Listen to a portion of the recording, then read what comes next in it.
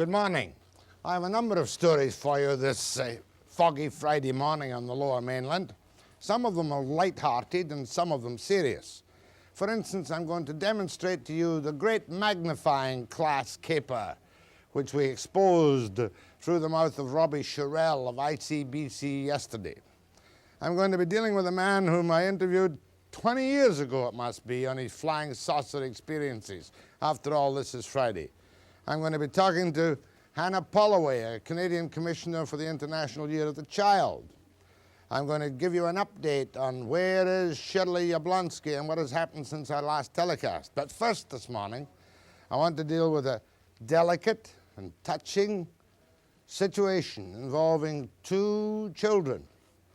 And these two children are Annette Shaw and Joseph Shaw.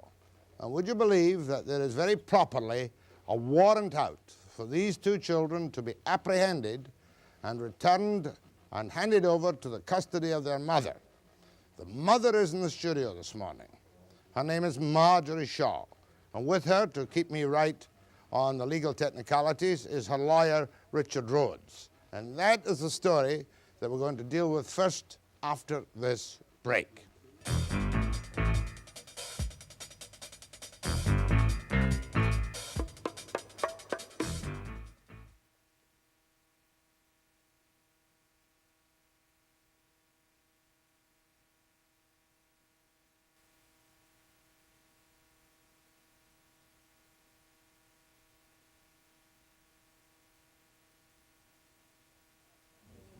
45 seconds coming back, Jack. Which I like to do.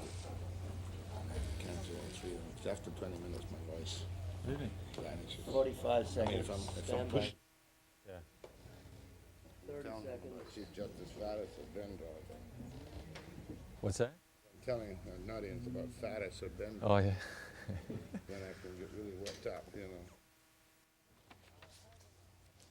I have on my desk a copy of an official document which makes it quite clear to all peace officers in British Columbia that these two children that you saw at the beginning of the program, Annette Shaw, aged 3, and aged 2, and Joseph Shaw, aged 3, must be apprehended and delivered to the custody of the mother.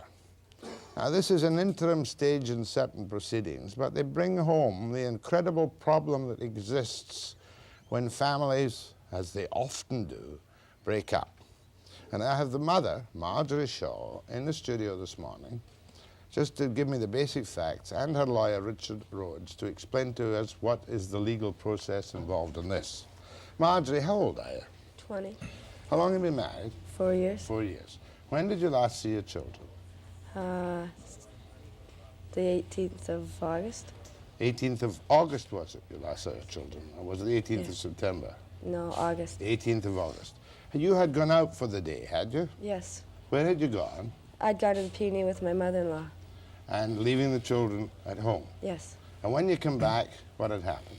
I walked in the house and the kids and all the valuables were gone. You mean the clothing was gone Yeah, too? all the kids' stuff was gone. Everything was gone? Yeah. And had you really anticipated this kind of sudden, tragic end to your family circumstances? No, I didn't. You hadn't. So what did you do after that? You haven't seen them since? No. Are they both in good health? They were yes. when you saw them? Yes, they Hmm? were. Good, chubby, healthy children, right? Yeah. So faced with this problem, what could you do? What did you try to do, first of all? Well, I tried to get a hold of a lawyer, and we went to family court right away Monday morning and got the warrant, or the custody of the kids. And then, Okay, that's what I meant to ask you before I turned to Mr. Rhodes. When your children were taken away, and you're quite confident they were taken away by your husband? yes. There's no doubt in your mind about that? No, Has he phoned you and been in touch with you since? no. He won't talk to me. He won't do nothing. He's got a job somewhere, Somewhere, I think. I don't know where. but he's not at the job he was at that particular time. No. Are your children in British Columbia, do you think? I don't know. I can't say. About 2 weeks after it happened, I knew they were in British Columbia, but I don't know now. You don't know now? No. I'll come back to you in a minute. Mr. Rhodes, it's very good of you to come this morning because I'm delicate about these kinds of stories. But when a young mother comes to me and she has an official document from a court which says all peace officers must apprehend these children and return them to the mother as a court order, perhaps you could explain the situation. When the children disappeared, was there a separate, did Mrs. Shaw have a custody order? No, she certainly didn't, Jack, because as I understand it, she had no idea that this was about to happen. It was almost, well, there was some planned deception involved here. The mother-in-law was involved and obviously took her out to the P&E so that the son could escape with the children. Before you go any further, though, if there is a couple who split up and don't have any orders between them at that particular time, is each one of them entitled by kind of possession is 9 points of the law before there's an order? That's right. And so we weren't in any position to get the usual kind of warrant in a case where, for example, a husband might kidnap the children.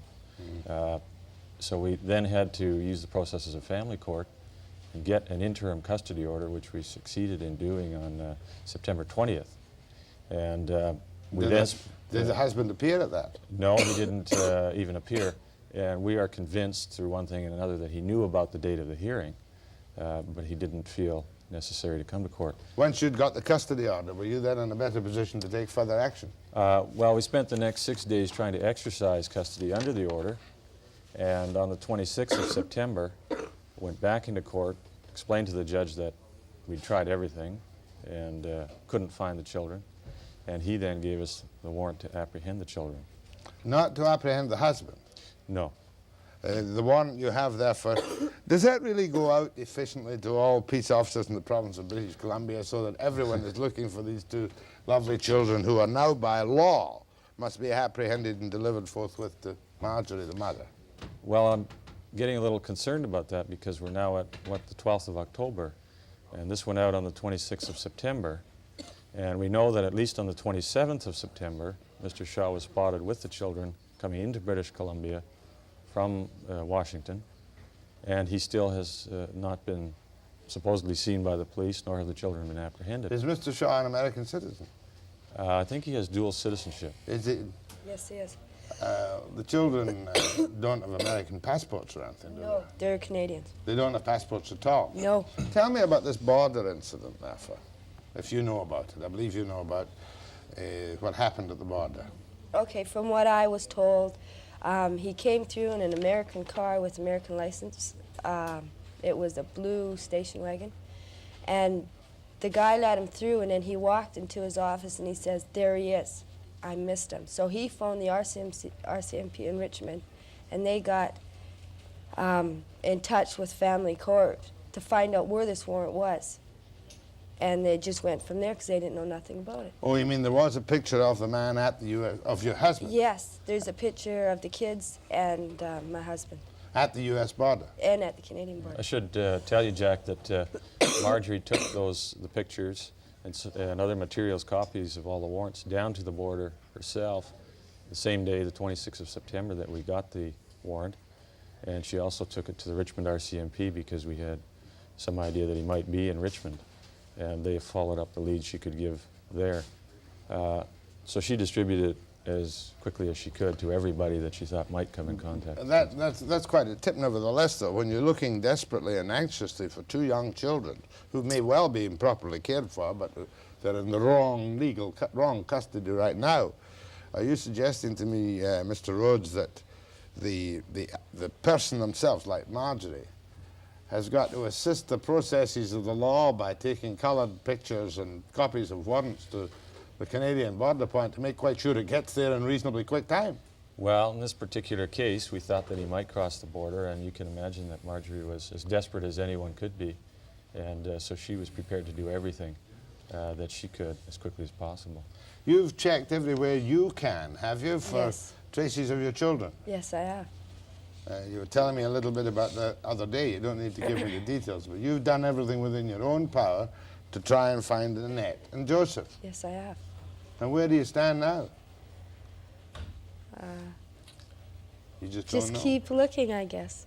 Well, you're counting really on the police forces Yes, I am. and very much. information given to the police Yes. for anyone who sees Annette and Joseph to tell the police, and to tell the police that there is a warrant out for the apprehension of your children Right. to be given back to you. Exactly. I hope that happens. Which particular police force wants the information? I think perhaps you can Surrey. tell me. Surrey RCMP. Surrey RCMP. Do we have a telephone number on that, by any chance? Surrey RCMP, 574-4122. Just to finish with Mr. Rhodes for a second. The situation is, therefore, that after the children disappeared with the husband, and after she'd been gone out to the PNE for the day, which enabled somebody the time to take away the kids and the valuable, she was able then, because of these actions, does she have an implicit right, because her children have disappeared, to get a custody order at that time, as soon as she can? Not an implicit right, Jack. We presented the facts of what had happened. And I should also point out, as you said in the beginning, it's an interim order. Yes. We're happy to go in for a full custody hearing. We pointed out to the judge that we couldn't get that until we could somehow drag the husband literally before. What's your husband's first name? Joseph. So that if Joseph Shaw, or your mother-in-law, is listening, the situation is that if they reappear now or contact the RCMP or the family court, or their own lawyer or yourself, Yes. they would be in a position to have a full court hearing to decide legally the custody of the children, Most definitely. which they might win or they might lose. It might. They're right. So, I mean, looking at it quite antiseptically. And the children, in the meantime, legally belong to Marjorie, the mother, and there's no argument about it until there's a full hearing. You can see the warrant in front of you. That's right. It's not, the warrant is not for the husband. The warrant is for the two children. Just for the children. And if he is found by the police with the children, what happens to him? Is he summoned to appear? There is also a summons in the packet that's to be delivered to him, requiring him to come to court. I believe it's December 3rd of this year. And at that point, we can either have a full custody hearing or fix a date at a time subsequent. They're sad stories, these, aren't they? Extremely. One look at Marjorie Shaw tells you I that. told you no tears now. So keep coughing instead of crying. Show me the pictures of the children again, please, on the screen. On the left is Annette Shaw. On the right is Marjorie Shaw. It could well be, I think I'm justified in saying this, that they are with the husband, Joseph Shaw. Is that his name? Yeah. Or the mother-in-law. And the RCMP and all the police forces in British Columbia have authority to apprehend the children, return them to the mother, is that correct? That's correct. And to deliver a summons to the husband. Because these kind of things, said Webster, looking straight at the camera, have got to be decided in the courts before there can be any kind of stable operation of the laws of the province of British Columbia. Thank you very much, Mr. Rhodes. I'm grateful to you. Thank you. Very best of luck, Thank you very much. Marjorie. Webster after this break.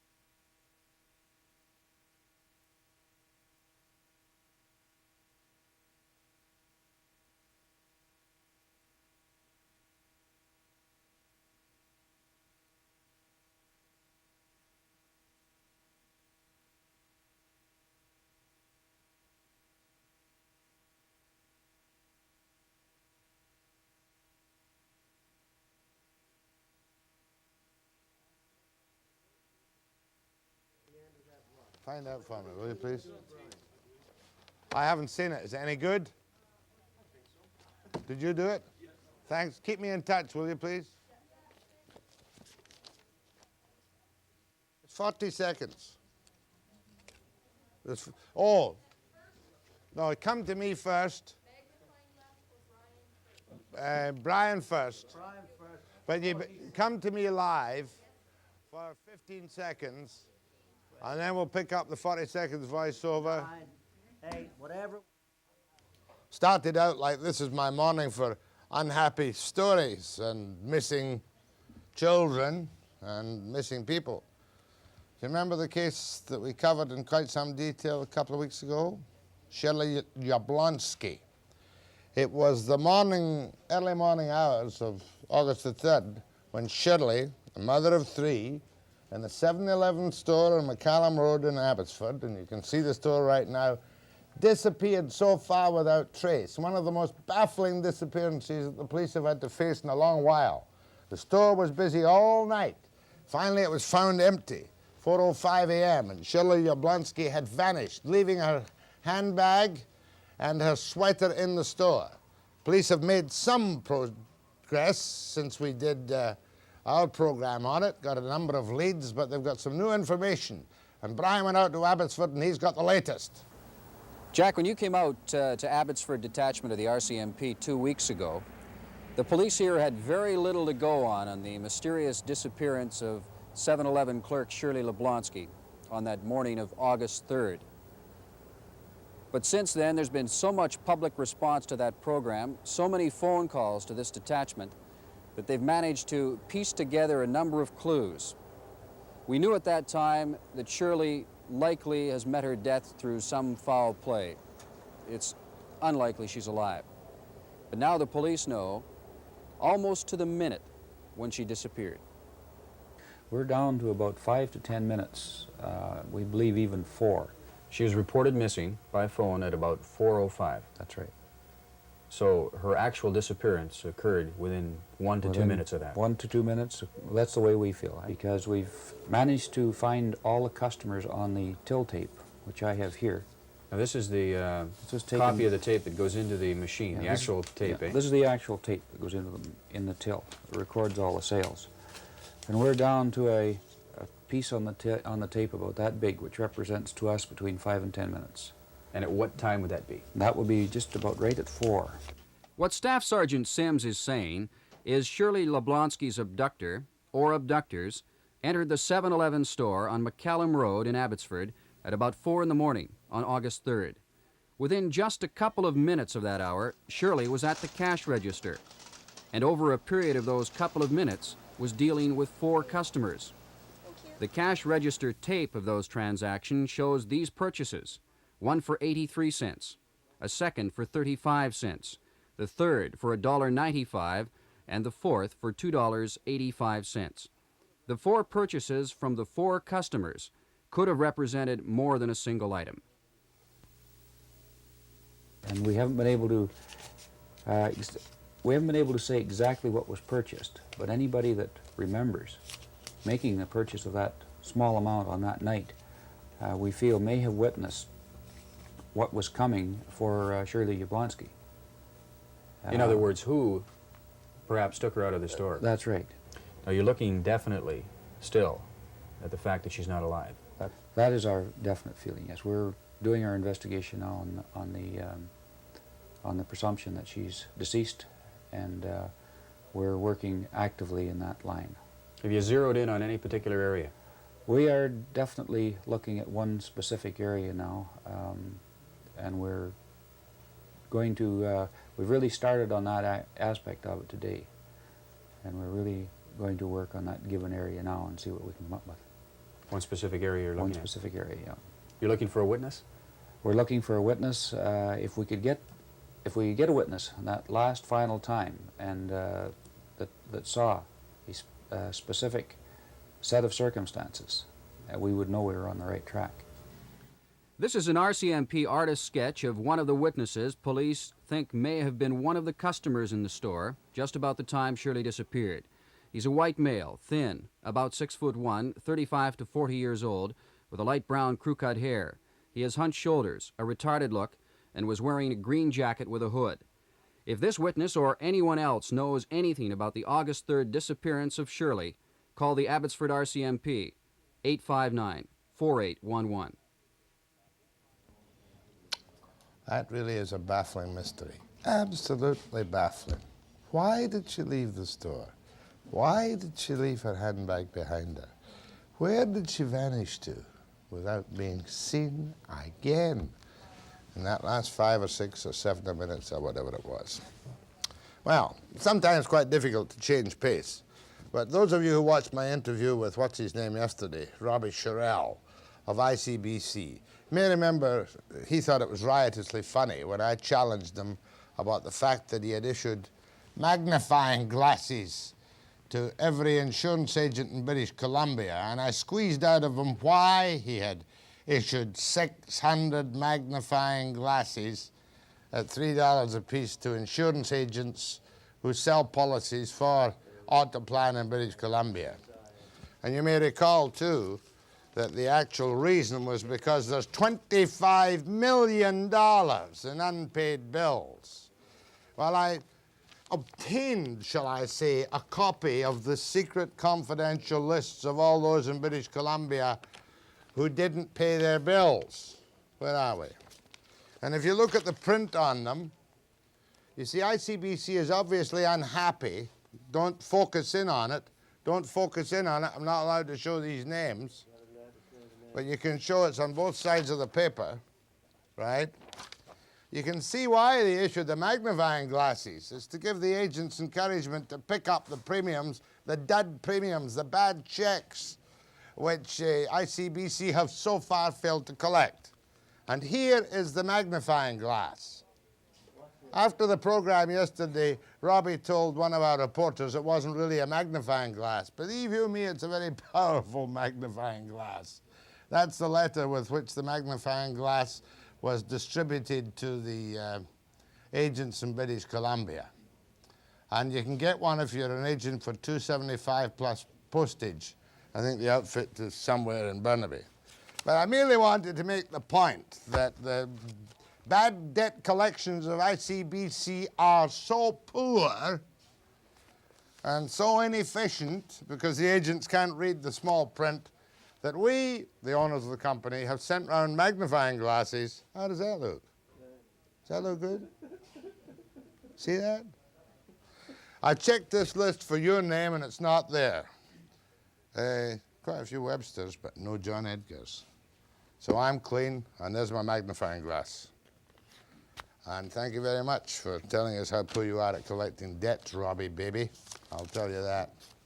What am I doing next? Hannah Polowy, Canadian Commissioner for the International Year of the Child.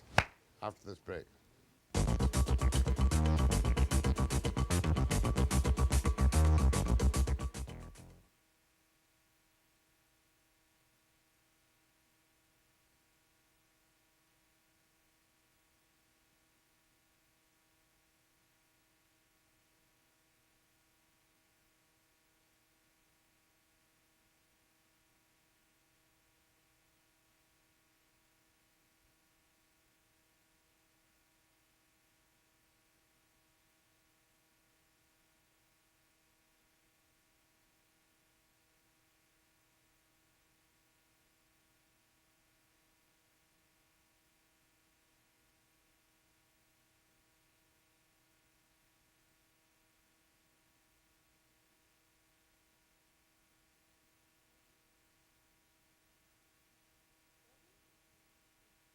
Children. That's why I'm on the commission. And I went to an NGO conference in Moscow, IYC, NGO? non-government organization. Hannah Polowy is the president of the Canadian Association for Young Children, is chairman of the Early Education Department, right? UBC. At UBC, and is a commissioner on the Canadian Commission for the International Year of the Child. Right. Hannah, did you see the little piece off the top of the Yes. program this Yes, morning I about did. Annette and Joseph Shaw? Yes, I did. Is that the kind of thing you care about? I do, very much, because, Jack, that isn't only one case. That happens right across the country, many, many times over. And you see what happens. Nobody really cares about the kids. Everybody's talking about the law, about the adults. But nowhere does someone say, what is happening to those children, and why should that be happening to those Well, I'll children? make it even worse for you. On many occasions, at least half a dozen occasions throughout the years, desperate mothers and or fathers have come to me, Sure. knowing that the children's allowance is being collected by the other parent who is illegally in possession of the Right. child, And do you think that the bureaucrats or the politicians will let the address out where the child is being paid the children's allowance? Not on your bleeding life, will they? I know, but this is all part of how the status of children in Canada, which is very, very low. Children, Canadian children, are not a priority in our society. We keep saying that we like children, and we say that kind of from an emotional point of view, but when it comes down to programs and putting things up for kids, we don't put the dollars there. And I would suggest that we really don't like children as Canadians. And I can't accept that.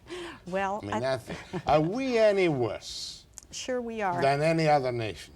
Jack, Which nation? Jack, let me tell you about the IYC. We're not talking. Are we talking about internationally underprivileged children like those in Bangladesh, But Pakistan? Are we talking about Canadian children? We're talking about both, because we are interdependent. Our world doesn't exist independently any longer. And I think this is one thing that was brought home to me very clearly when I attended the conference in Moscow a month ago for the International Year of the Child. Whatever happens in Bangladesh or in Africa or South America is going to affect our kids sooner or later. But just let me tell you about the International Year of the Child as far as Canada is concerned. Yeah, because, you know, I'm probably a typical West Coast reporter concerned with my parochial matters in the main and national politics. Seldom look at international affairs, you know, unless somebody stuffs it down my throat. And I think, here goes another PR venture for a bunch of social workers. No, no, no, no.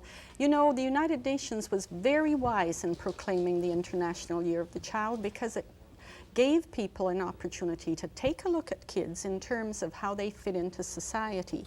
And we as Canadians have not done that because it's very political. In terms of the United Nations proclamation, they suggested to each nation to look at the status of their kids and then mobilize themselves and convince the decision makers that their children need certain things, and if they don't get them now, it means the future of our country in terms of its social progress and economic progress will be either developing or will not develop. Because you see, Jack, these kids that we are talking about now are going to be the workers and the teachers and the doctors and lawyers very quickly. They grow. And how are we training them? What are we giving them? Are we securing their lives in our society and through the world? And I would say professionally, we are not, and we are in great danger in Canada. Well, of course, being an old-fashioned person myself, I see grave danger to the family unit and ipso facto, quaderat demonstrandum, grave danger to the children because of the new form of so-called marriages in which the child, if he happens to appear, is accidental and ignored. But it can't be ignored. And you see, whoever that child belongs to biologically is also my child and your child.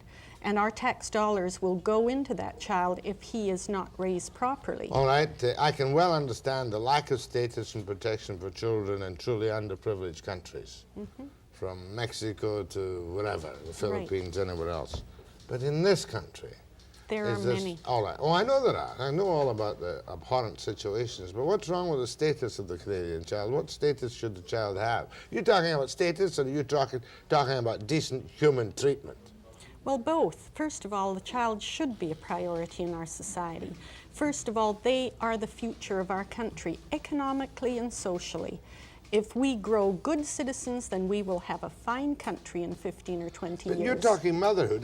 No, I'm couldn't not. Possibly disagree with you in any way, shape, or form. Not at all. I mean, children must be Not cared at all. for. Children must be guided. Children must be properly brought up. Children must have every opportunity. Isn't Jack, that what we're trying to do? No, we aren't. Because when it comes to cutting programs, cutting dollars, the first programs that are cut are always the children. You see, they don't have any voting power.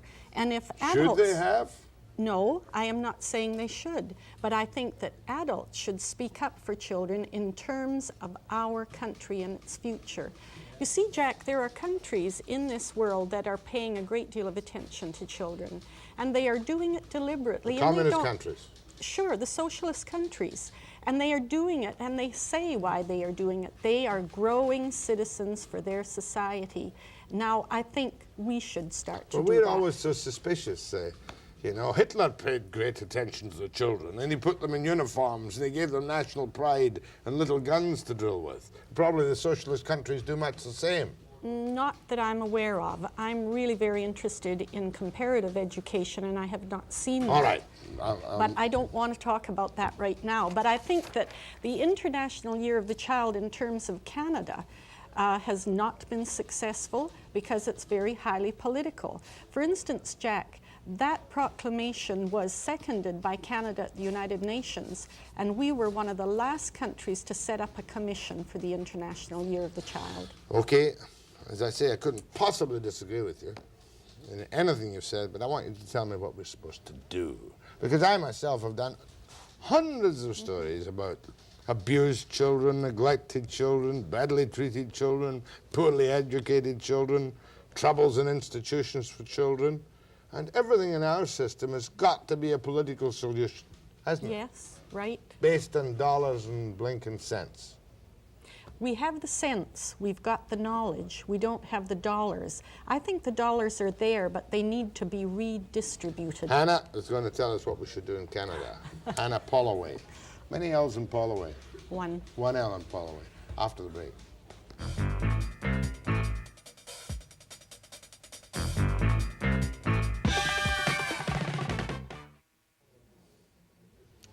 Hannah Polowy and I have a communication problem.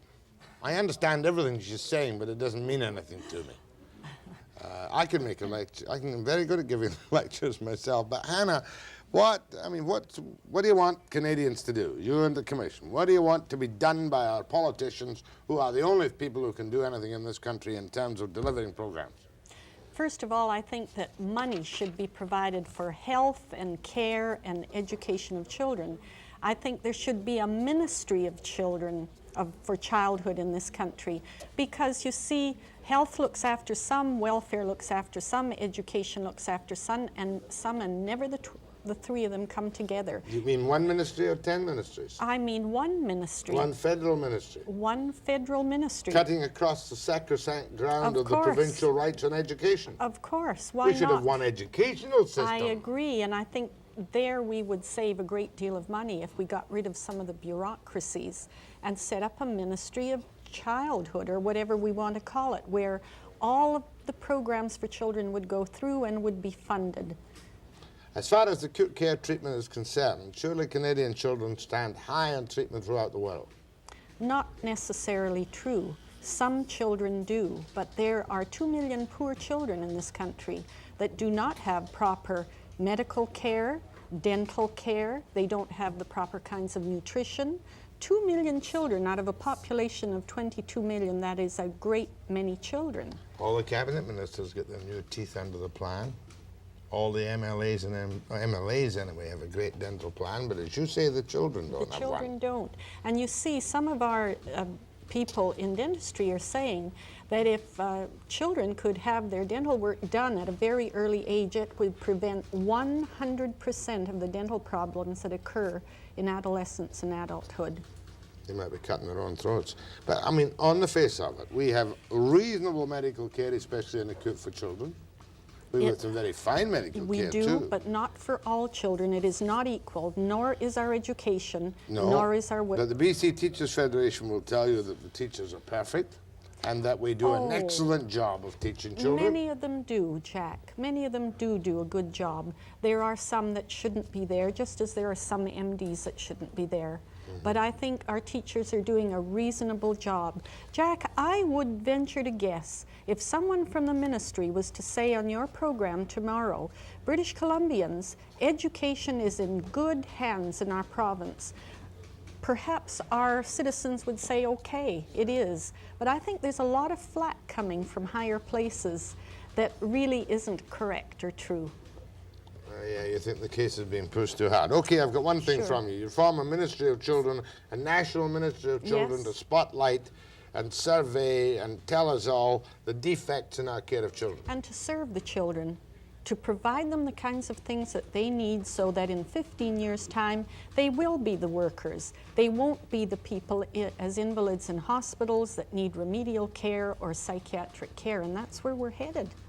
Well, right at the moment, we've started a new plan in British Columbia whereby badly crippled children will have one-on-one service in the schools to integrate them with the normal physically fit pupil. Is that a good thing, or is it a cheap way of the government saving money by closing down the institutions which served a number of people with problems very well? Sure, I think it is a cop-out. I think there are some children that can be integrated, but not all children. Not at all. No, you give me a good example where, by trying to make things look good, they're actually merely paring budgets. Of course, they're paring That budgets. was my feeling when I saw that program. They are oh yes, I think the budgets are pared on children all the time. In the paper the other night, I read that Canada was going to buy some defense airplanes for a budget, I don't know, of how many billion dollars. Billion Now, apiece, I think by the it is. time we get them, they will be obsolete. In the first place, who wants a war? We better stop talking about kids if we're going to blow ourselves up, or if that's our intention. Some of our philosophers and people that are really very much into the theory of learning and children are saying a country can be judged by the kind of program it gives its children, and especially its young children, because those countries that are setting up programs for their children and meeting those needs of children have hope. They feel they're going to stay around in this world. Is there a country you admire? I mean, just broadly speaking, who are the leading countries for caring for the status, care, education, health and welfare and future opportunities of children? Well, when you ask me the second question, I shall answer it. Who are the leading countries? And Jack, as I said before, they are the socialist bloc countries, because they don't have any more information on kids that we do. We have all of that information, but somehow we don't want to use it. And every time I take a look at comparative education, visit their schools and their daycare centers, I come back and I just almost weep. Why can't we as Canadians grow children to live in a Canadian democracy that will live good, that they will be a contribution to their society? Our children are going to be here in 15 years. Of course, they have that one great asset you mustn't forget, Hannah, that they're not troubled by democratic disputes or decisions. They merely say, this will be done. We will have proper daycare for the young Soviet pupils of the future.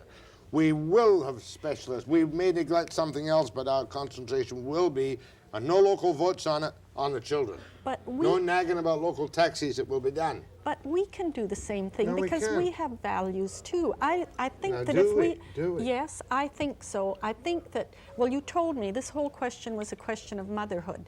But if I asked any Canadian on the street today and said to that Canadian, will you give me this for the children so that they can stay alive and grow, or do you want a dam or some roads?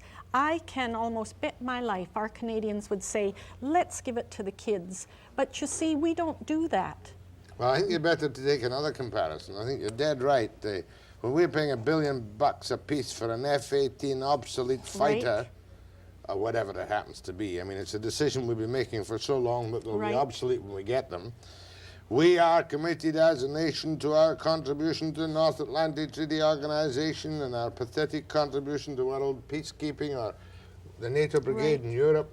And there is no politician in this country, from Clark to Trudeau to Broadbent, who's going to say to the international world, we are pulling out of our defense commitments and wiping out our armed forces so that we can look after our children. Well, I think that even one fighter plane, do you know what that would provide our kids? $1 billion, One. or whatever it is. It would provide a great deal. Aren't you a bit of a dreamer? I No, mean, our I democratic am system not. is a very messy, inconclusive, fighting system whereby the big problem is not the kids. My mill rate is going to go up in my fancy home and my swimming pool. But Cut costs. But who is going to look after you, Jack, in 10 years' time when those kids are into the workforce, and we don't have that many kids, and they're ill and they can't produce? What is going to happen to our economy? What is going to happen to me? Who will look after me as a senior citizen? If you want to be very selfish.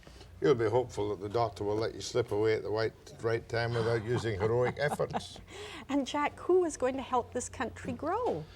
All I'm saying, and I'm with you, as I say all the way, who could possibly be against your kind of thesis? But you see, Jack, only the dictatorial or the semi-dictatorial countries seem to be able to direct their priorities. I don't believe it. I believe that our country We're spending in British Columbia $250 million down the road on a new pass through the Coquihalla, which will save an hour's drive from here to Merritt, BC, or here to Kamloops. And we probably need it like a hole in the head. That's Right? right. Sure. But how many votes will that give the government that completes the Coquihalla Pass? How do you overcome that in our attitudes? I think we need to talk about it more. I think people have to do as the United Nations have suggested, mobilize yourself. And if that isn't asking for political action, I don't know what is. Name a party that would support you. I don't know that they've even been approached. Oh, sure, Davy Barrett, Bennett, all You the know, rest would I've all of- give lip service to it. I've often thought, wouldn't it be fine if we could organize something at the forum as they did for ICBC rates and have 8,000 people say, we want this for our kids, and we will have nothing less. As an old Maybe pro, we'll try it. As an old pro, what you would have to do to get any coverage is to have 8,000 neglected or undernourished or unprepared children, and then you'd get some response. I think, too, what we would need was coverage from people like yourself, Jack, and the press, who really have an understanding of how important children are, not only to our society, but any society in the world. Look, I'm going to take one segment of calls to Hannah to see. I haven't been trying to be difficult, Hannah. I understand. I'm merely making the point that in our messy little school board or whatever it is, provincial, federal kerfuffles, there is nobody who can make any decisions which would please you. Nobody. Oh. Certainly not a prime minister. He's got to look after the boys in Bay Street. Well, Webster. And one segment of phone calls. So phone now if you want to talk to Hannah Polowy, Commissioner, Canadian Commission for the International Year of the Child.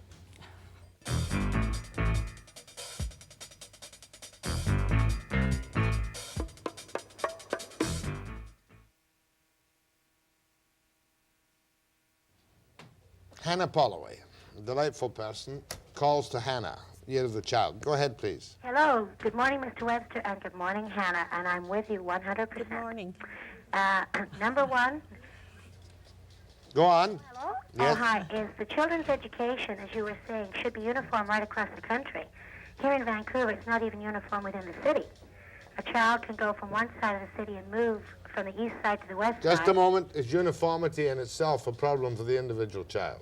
Right, but instead Sure of it the is. children, the bureaucrats telling the children what they're going to get for them, I feel that a forum should be set up of the children themselves to ask them what do they need. They're the ones that live within the communities. They know what they're Okay, good point. Should the children themselves have a say in what should be done? Then have this. Let me ask Hannah. I think that there is a point where children are asked. However, I think we as responsible adults who have some knowledge and information know what the children need. And right now, what we know isn't being given to the children. Is it the fact now that in courts in British Columbia, youngsters have lawyers appointed for them? Children have lawyers appointed? They could. Yeah, I think it's on the way if it's not Yes. already here. Go ahead, please. Yes, hello. Hannah, I'd like to know, hello? Yes, yes. Yes, I'd like to know her views on society as a whole in its responsibility to teach children. My own perspective being that I see society as quite moribund, and that our only option at this point is to accept the responsibility ourselves as individuals to teach our children. Myself, if I had a child, I would not want to put it through our educational system, let alone begin talking about changing it. I think it's beyond redemption. Mm-hmm. Well, I think that the society has a responsibility for these children. Our parents have a responsibility, but society has a responsibility for parents too. Many young parents really have problems with parenting. You buy a horse or you buy a dog and you go to a training school to train that animal so that you can live with that animal. You're telling me that parents have gone down the drain in the knowledge since they've been No. distracted by, one, the permissive society, two, the breakup of the family unit. I don't say they've gone down the drain in comparison to anything. I think our society is set up. The demands on our parents are set up, and they are such where there are many, many concerns. And I think parents need help with how to parent. We know. helps them? Who No, helps there are no structures Social in our workers? society. Do we want social No, workers? They should not have any stigma attached to saying, could you help me with my child? I'm not too sure what I should do in this instance without any stigma attached. Abbotsford, go ahead, please. Good morning, Mr. Webster. I have just been listening to your guest, and I find it very interesting. Now, I agree with her in principle, but I don't think that the solution, one of the solutions she has offered, is at all feasible. I've worked for the federal government for 35 years, and many of those years with children, and all you're doing by setting up another department is creating more bureaucracy, more paperwork, and in the end, you'll wind up with less. That's really all I have to say. Thank you, ma'am. No, I don't agree with that. I think that you would break down some of the bureaucracy. You would talk about that child as a whole child needing health, care, education, welfare, rather than in bits and pieces. Go ahead from Victoria. Yes, good morning. Morning. Good morning. First, I think the woman's kooky, but anyway. Oh, please, a little delicacy. Okay, sorry about this. It seems the socialist You countries can are say always... she's round the bend, but don't say she's cookie. She's a very sincere person, and you can't argue with the things she said. What's your point? Right. The socialist countries brought into it. First of all, the children are, as we believe anyway, fairly brainwashed in their total accounting to the state. And apart from that, they are taught to respect their parents. I think the children of Canada, and I've traveled to Europe and to South Africa, and I have never seen such a group of spoiled children in my whole life. By the time they're 14, they've had everything. We're here. Yes. The lucky ones. Yes. Hannah? Could I just respond to that? Right now, where I have... Just a minute, let Hannah respond. We haven't got that much time. I feel that our children are also brainwashed in the way that you are saying. Our children watch television, and the quality of television they watch, the values that they attain from their children are not the kinds of values that I, as a Canadian, would like to see our children have. Eventually, through that kind of watching on television, the kinds of things they see happen in their lives, they are brainwashed too to think this is the way you live and this is what life is all about. And it isn't all about the way we see things on television. Isn't television quite really on balance the most evil influence? It is. It has greater influences than we expect and suspect it does. Flipping around last night, I found myself glued to an idiotic, juvenile, asinine program, Buck Rogers in the 20th century. And I suddenly thought to myself, what the devil am I doing watching this garbage? You know? And yet people will sit there for years glued. What are you making? Are you making signs? Go ahead, please. Good morning. Hannah, you've already touched on my 2 points that I wanted to raise. That's the system of daycare that we have in Canada and parent education. It seems to me that it is just assumed that if you become a parent, you know what you have to do to become a parent. But yes. I think it's well known that if you that you tend to parent the way that your parents Yes. do. So that means that if you had bad care, you pass that on to your children, and it goes on and on and on. There aren't enough areas where parents can go if they need help. They don't if they have questions to raise about how to look after their children. That's true.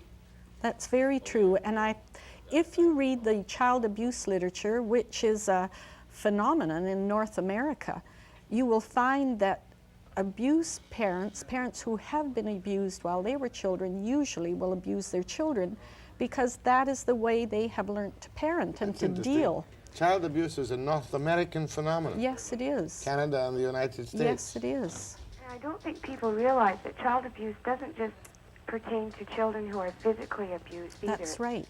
A child that has everything that it could possibly need physically can still be mentally abused and grow up to be just out of it, not be able to function. What about parental responsibility? You know, there are groups of people here who want 24-hour daycare for everybody who wants daycare to go to the pub. They're not as visible as they were a couple of years ago. Daycare should be given to whom? To every child? I think daycare needs to be universal, but along with daycare comes the responsibility of the parents and our responsibility to help those parents parent. If a parent is not parenting properly, then I think there needs to be some action taken in terms of helping that parent change his behavior, or maybe it will mean removal of the child so that the child can have the better care.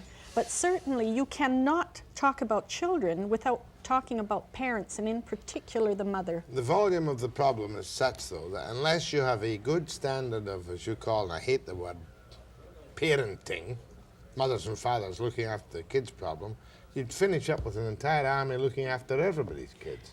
No, Jack, I believe that if some parents had a little bit of help, that they would go a long, long way. Parents are the child's first teachers, and really they are very influential during the whole period of childhood. And because we know that, we must take care of those parents too. Good. How is the daycare system in Vancouver now, ma'am?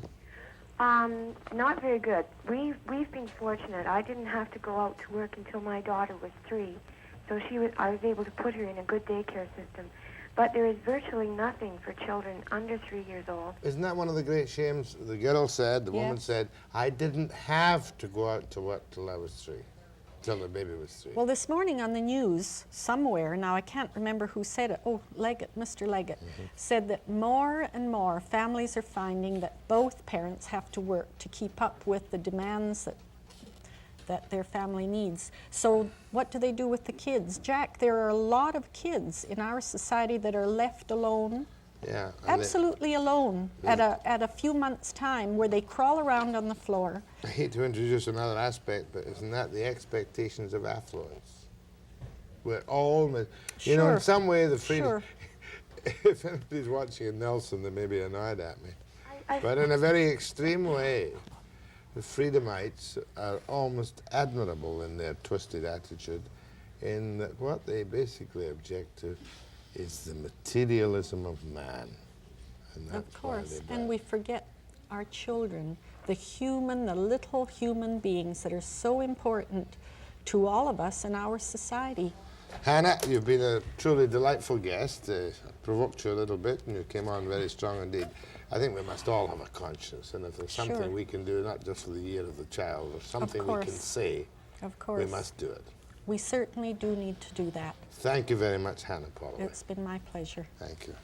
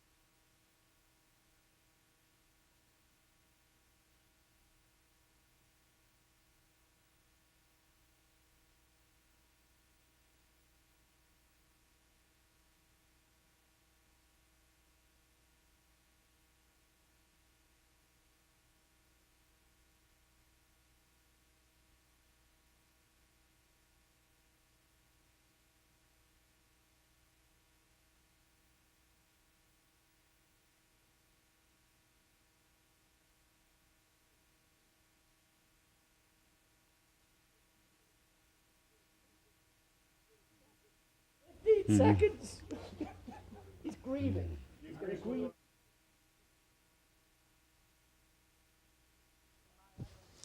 In my early days in radio, I had great fun, I'll tell you, because I had on the air every person in North America, I think, who had a flying saucer UFO experience. Monqua, the man from Mars, I'll never forget him. The Invisible Man in the Pentagon, all kinds of people. And after 20 years, I want to say hello to Dan Fry. Hi. Dan, it must have been 20 years ago. Yes, it does. It seems like yesterday, and it's strange about time. You look in the future a year, and it seems to be an infinity. You look back a year, and it seems to be yesterday. Seems to be 5 minutes. Yes. And you don't look any older, and I don't look any older. No. At least we're agreed on that. Yes.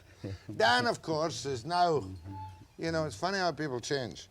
He's now Daniel W. Fry, the founder of Understanding Incorporated. But Dan, I remember well, on July, if I can find my notes, July the 4th, 1950, when you were at the White Sands Proving Ground, you told me, with honesty, sincerity, and accuracy in your eyes, your flying saucer experience. Yes. Have you had one since? No, not in that sense. No. Don't give me the sense. No. Before I give you a chance to do your plug for this, that, and the next thing, I want you to relive what happened on the White Sands Proving Ground in 1950, July. Was it July the 4th? July 4th, yes. A very appropriate day for America. Tell me what happened.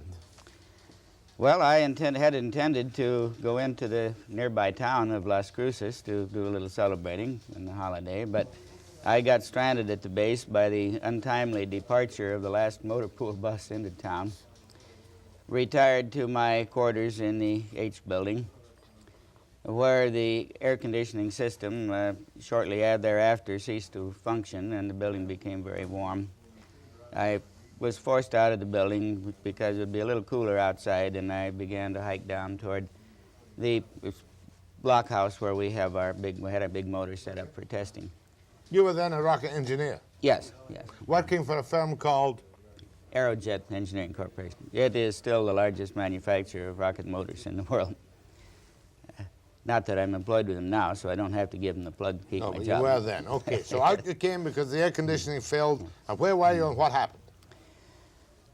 On the way down to the blockhouse, on what I thought was a whim, turned off on a side road because I suddenly became aware of the fact that was the only road in the entire base area I'd never been over. And since I was really simply only out walking in the cooler air, that was as good a way to go as any. I'd proceeded perhaps a half to 3/4 of a mile down this little boondock road when I observed something before me coming over the peaks of the Oregon Mountains, which rise abruptly behind the base there, descending at an angle of about 45 degrees and slowing as it approached the earth.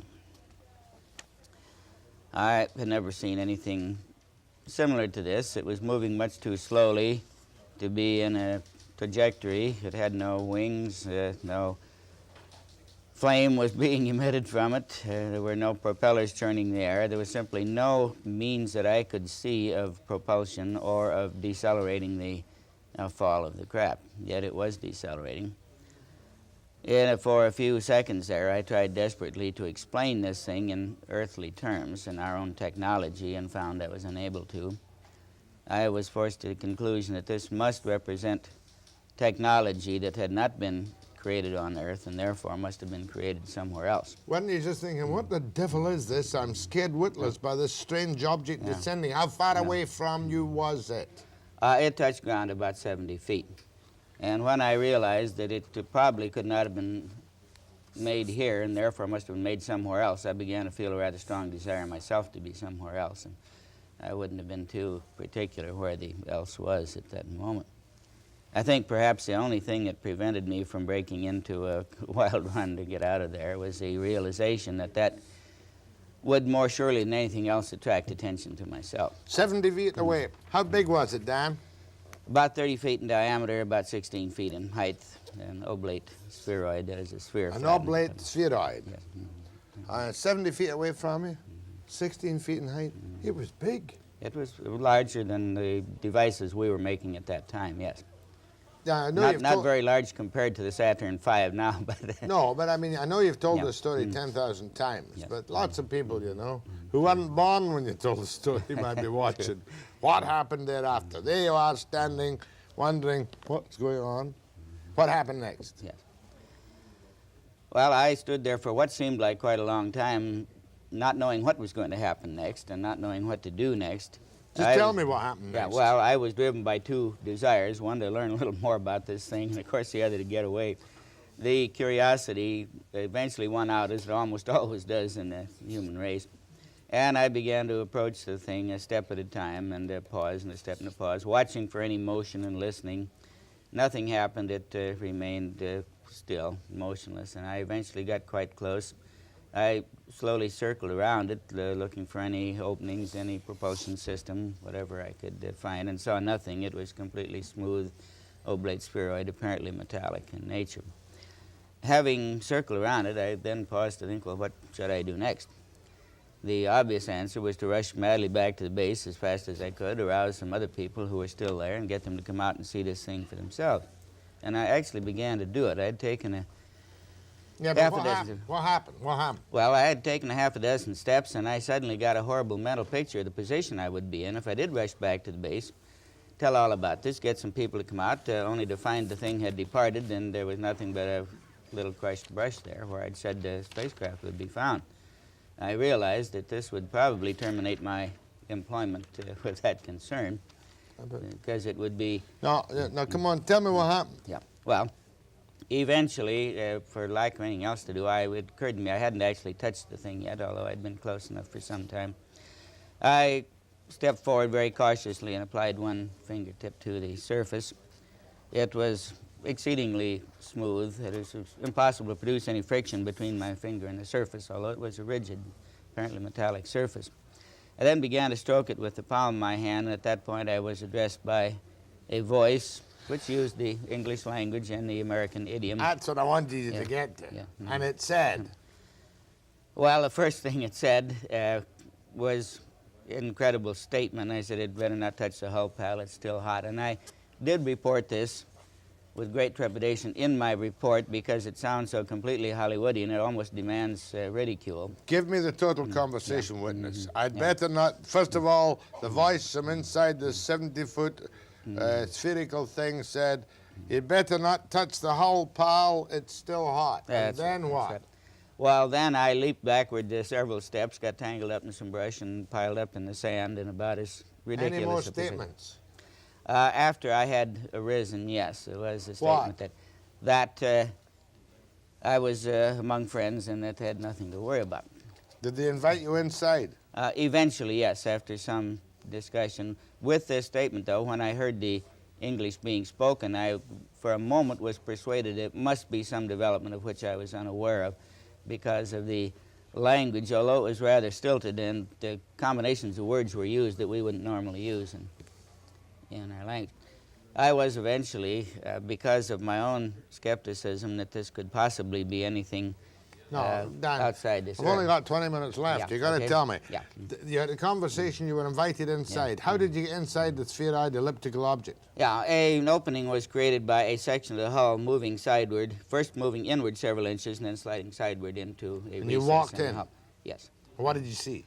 A room about 7 by 10 feet. People in it? No, there were Empty? there were 4 chairs, 4 seating devices. There was no one in any of the... 4 any of empty the chairs? Yes. The statement had been made in the prior conversation that this was a remotely controlled device, that it was not controlled by anyone. The voice came from the mothership? Yes, some 900 miles above the surface of the planet at that time. And that if I wished to be convinced that this was capable of technology beyond our ability at that time, that I could be given a short test opportunity. And you went on the trip? Yes, I went. I remember you telling me that in whenever it was, 20 years ago, after this break.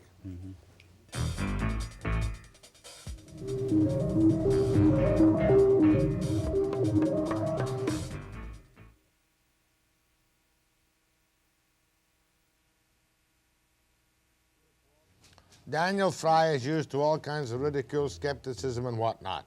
July the 4th, 1950. Here he is, standing outside a spherical, smooth object. Still hot, pal, as the voice told him. Outside the White Sands Proving Ground base in which he worked as a rocket engineer. At that particular time, he goes into the flying saucer. There are 4 empty chairs, and it's controlled by a mothership 900 miles in space, he tells us. Then he went on a trip. Yes.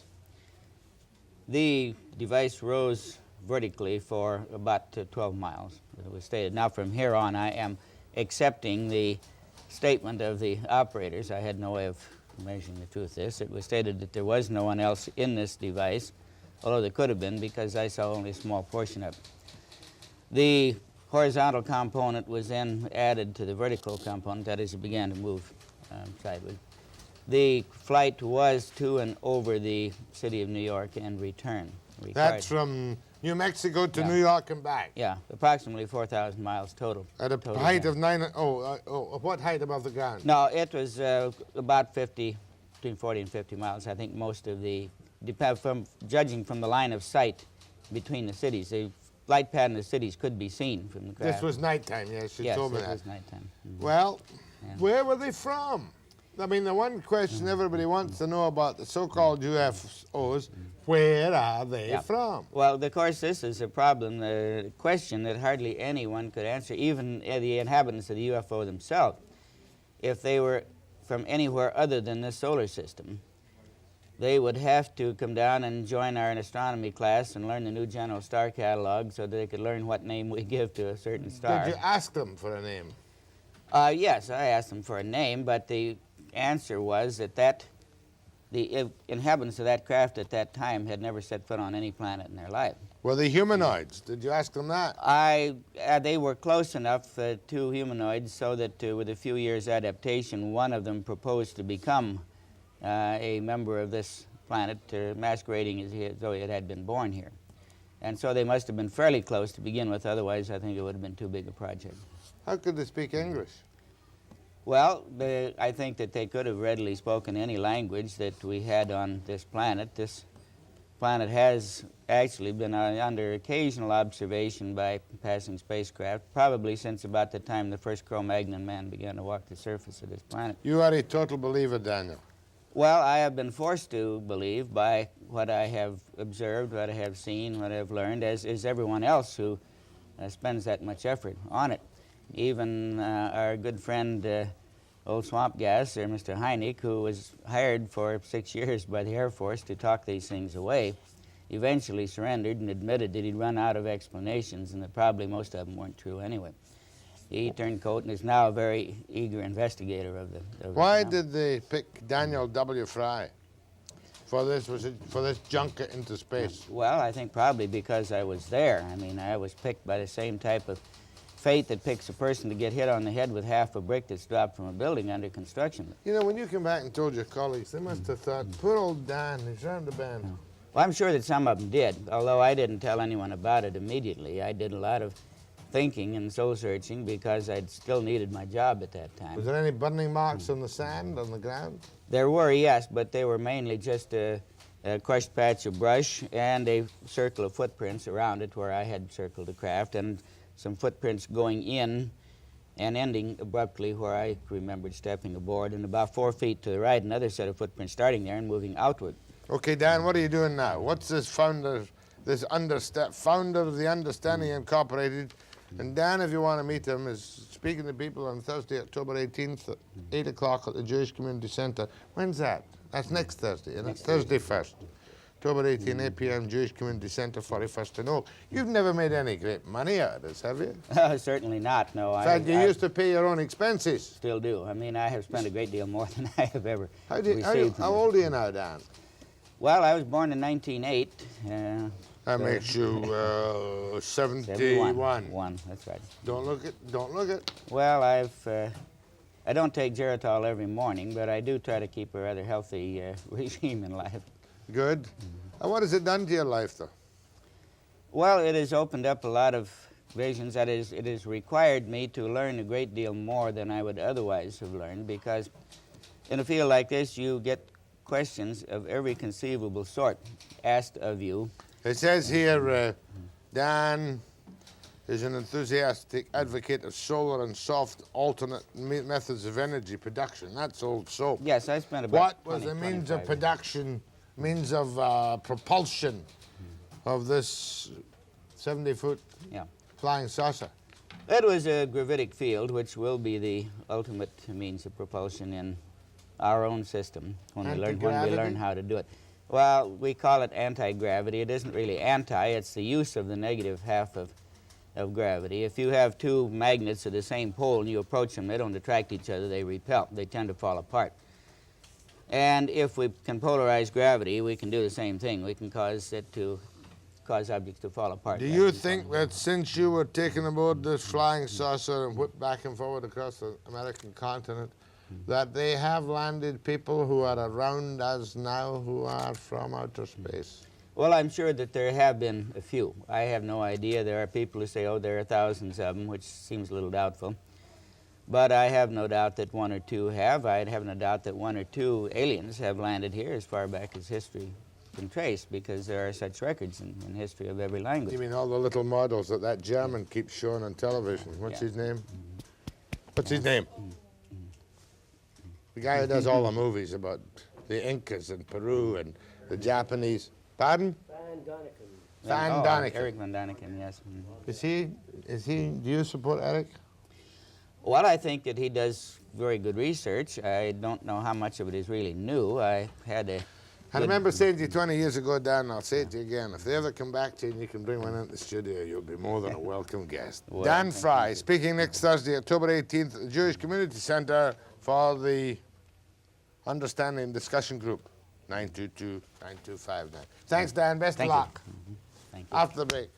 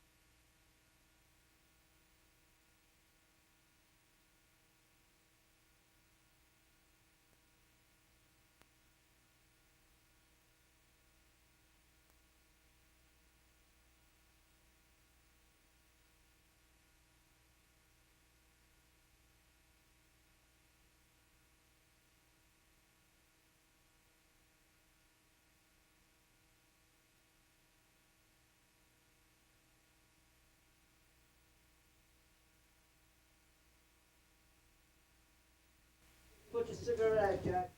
Right away. Dan Fry was my contribution to my own nostalgia from 20 years ago on radio. I loved these flying saucer people, I really did. I don't think I ever believed them. But, you know, they're nice people. They had a bit of colour. I want to do a couple of letters this morning. I haven't had the chance since we came back this season to do letters. And I like to do the letters that knock me in the teeth best of all. The first letter is in reference to that Dr. Schultz. Remember we had the argy-bargy about him and his advocacy of heroin? Dr. Schultz made more sense on addiction than anyone else I've heard, and it's a pity you had such a closed mind to what he was trying to say. Thank you, Mr. Gardner of White Rock.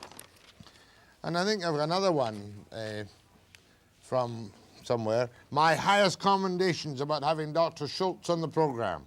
It was refreshing to hear some straight medical facts for a change instead of the usual political propaganda from the government. He must have been listening to Dr. Schultz and not to me. The guy only had half the program. Next letter is about what? Oh, it's one of my favorite names. Dear Oatmeal Savage, thank you for your program. It's the best thing on TV anytime or anywhere. Alan Fotheringham, too. Why did you have to spoil the letter? I had two people who have the guts to speak out. Sincerely, Elizabeth Gibson, a limey without a brain. P.S. It's amazing what one learns from televisions. Listeners and callers are very descriptive. Then, quite a serious letter. Why aren't the letters rolling up today? They just appear in a block. This one's about Flora MacDonald. Remember she was on the program before the Argentine thing collapsed? It was with dismay and cynicism that I watched your performance with Flora MacDonald on your TV show on Thursday, September 13th. Canadian people have been subjected to the biggest con in our history with regard to the, where is it? Regard to the so-called boat people, it's gone again, with regard to the so-called boat people, and you are assisting in the deception. How on earth could you have allowed the minister to tell your audience that the total immigration was set at 140,000 for the current year? What the hell happens in 1980, 81 and 82, South Burnaby? We couldn't check that particular letter, you know, to use the name on it. Leave us a phone number if you write to me and you want your letter used on the air so that we can find you and check your number back in the book and know it's not a dirty trick. Next letter. Who the hell, this is me, who the hell do you think you are? Bill Bennett, BC's Premier, told you off in a nicer manner than you tell others off. Didn't he? Or did you take it in that way? Impetuous, cranky, self-important, short-tempered, swelled head, and rude. Once there were several frame cards, 30 by 12, in an office. They had on them one word, think. It was a hell of a good idea. Gibson's. Last letter. No more letters? I don't like when they're just straight up there. I prefer when they're running up through the screen. Maybe we can run them up through the screen next week. I'll be back with Linda after this particular break.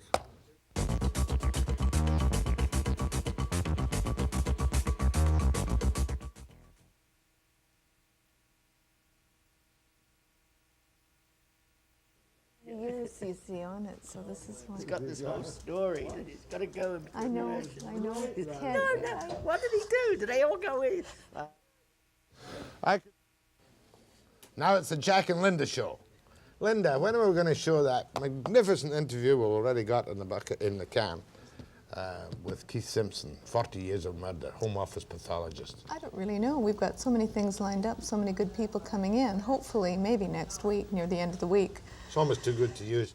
Monday, Bill Deverell, the Vancouver lawyer, who's written a book for which he got 50,000 prize on drugs. 9 a.m. precisely Monday.